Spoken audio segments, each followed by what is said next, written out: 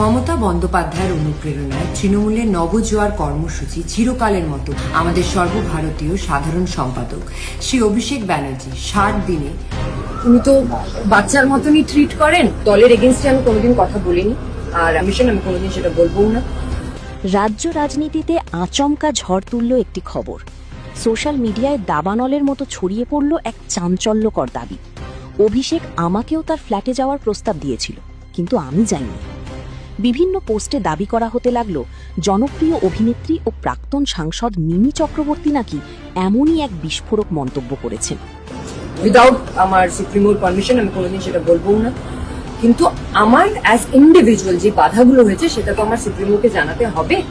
Viral হওয়া সেই সব পোস্টে আরও বলা হয়, মিমি নাকি তীব্র ক্ষোভ উগড়ে দিয়ে বলেছেন, অভিষেকের এই লুচ্চামির জন্যই আমি ওদের দল ছেড়েছি। সে আমাকেও ডেকেছিল, কিন্তু আমি যাইনি। অভিষেককে তো জুতো পেটা করা উচিত। এমন কদর্য ও আক্রমণাত্মক মন্তব্যের কথা ইন্টারনেট জুড়ে ছড়িয়ে পড়তেই চারদিকে শুরু হয় তীব্র আলোড়ন। চায়ের ঠেক থেকে শুরু করে রাজনীতির অন্দরমহল সর্বত্রই চর্চার বিষয় হয়ে দাঁড়ায় এই খবরটি। সবার মনে একটাই প্রশ্ন জাগে, সত্যি কি এমন কিছু ঘটেছিল মিমির সাথে? সত্যি কি তিনি এমন কড়া ভাষায় আক্রমণ করেছেন? সাধারণ মানুষ থেকে শুরু করে মিমির অগণিত ভক্ত সকলেই এই খবরের সত্যতা জানতে উদ্গ্রীব হয়ে ওঠেন। বিভিন্ন সংবাদ মাধ্যম তড়িঘড়ি এই ভাইরাল মন্তব্যের উৎস খুঁজতে শুরু করে, কিন্তু গভীর অনুসন্ধানের পর যে তথ্য সামনে আসে তা সম্পূর্ণ ভিন্ন। পরে বিস্তারিত খোঁজ নিয়ে জানতে পারা যায় যে আসলে এমন কোনো ঘটনাই ঘটেনি।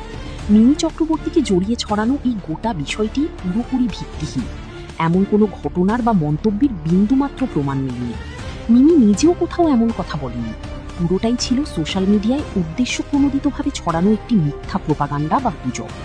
ডিজিটাল দুনিয়ায় কিভাবে একটি সম্পূর্ণ কাল্পনিক গল্পকে মুহূর্তের মধ্যে সত্যি বলে চালিয়ে দেওয়া যায়, এই ঘটনাটি তারই একটি বড় দৃষ্টান্ত হয়ে থাকল।